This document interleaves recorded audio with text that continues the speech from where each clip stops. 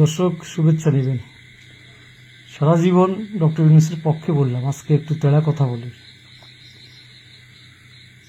গত 15 বছর একটা পক্ষ বলে বেড়াচ্ছিল শেখ হাসিনার বিকল্প নেই, শেখ হাসিনা চলে গেলে এদেশ কিভাবে চলবে। সাম্প্রতিক সময়ে গত কয়েকদিন আলোচনা হচ্ছে ডক্টর ইউনূসের বিকল্প নাই। এদেশে বাকি 18 কোটি মানুষ মফিজ না। ইউনূস সাহেবের এদেশের রাজনীতিতে অতীতেও কখনোই কোনো অবদান ছিল না। তারপরেও বিএনপি সবসময় ইউনূসকে সর্বোচ্চ সম্মান দিয়ে আসছিল এবং ইউনূসকে এখনো পর্যন্ত বিএনপি নিরঙ্কুশ সমর্থন করে। আজকে মানব জমিনে দেখলাম গত 4 দিন বিএনপি ইউনূসের শিডিউল চেয়ে পায়নি, আর এনসিপির নেতারা শিডিউল চাওয়া মাত্রই হাজির হয়ে গিয়েছে। তো ইউনূসকে অনেকে খুব সহজ সরল ভাবেন, ইউনূস কিন্তু খুব ধূর্ত। বাংলাদেশে আমরা খলিল নামে কাউকে চিনতাম না। ইউনূস কিন্তু পিনাকিদের সাথে, ছাত্রদের সাথে একটা গ্যাং তৈরি করে আগামী নির্বাচন নিয়ে একটা ধোঁয়াশার মধ্যে জাতিকে রাখছে। তিনি কখনোই নির্বাচনের রোডম্যাপ নিয়ে কোনো কথা বলেন না। বিএনপি মাসখানেক আগে একবার খুব সিরিয়াসলি প্রধান উপদেষ্টার সাথে বৈঠক করেছিল নির্বাচনের রোডম্যাপ নিয়ে। তিনি তার কথা থেকে ডক্টর ইউনূস 1 ইঞ্চিও নড়েননি। তিনি বলেছেন ডিসেম্বর থেকে জুন একটা ধোঁয়াশা রেখে দিচ্ছেন। আসলেই পিনাকিরা একটা পরিকল্পনা করছে দেশে একটা বিশৃঙ্খল পরিবেশ তৈরি করে নির্বাচনটাকে যে কোনোভাবে প্রলম্বিত করা। এই খলিল সাহেবকে অ্যাপয়েন্টমেন্ট দেওয়া হয়েছে প্রথমে রোহিঙ্গা ইস্যুতে, এখন তাকে জাতীয় নিরাপত্তা উপদেষ্টা করা হয়েছে।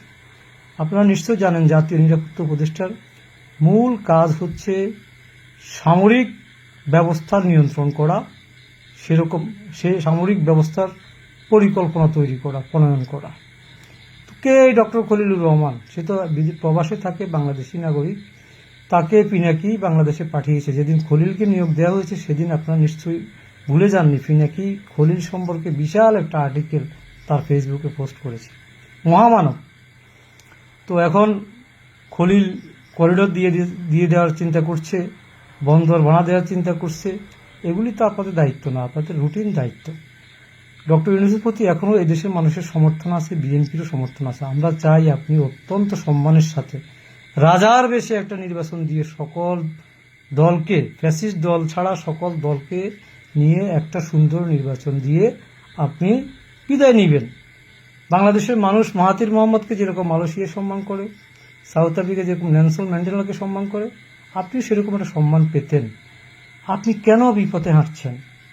আপনি কেন এখনো একটা রোড ম্যাপ দিচ্ছেন না?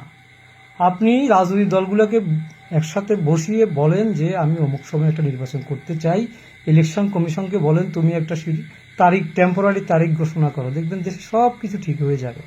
ইচ্ছে করেই কিন্তু আপনি ঘুরাচ্ছেন। আপনার উদ্দেশ্য অত ভালো না।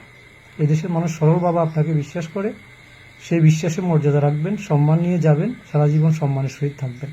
এখন আপনি যদি একটা ক্যাসাল লাগিয়ে আপনি চলে যান বা দেশে একটা আরেকটা সরকার গঠিত হয়, দেশ কোন দিকে যাবে জানি না।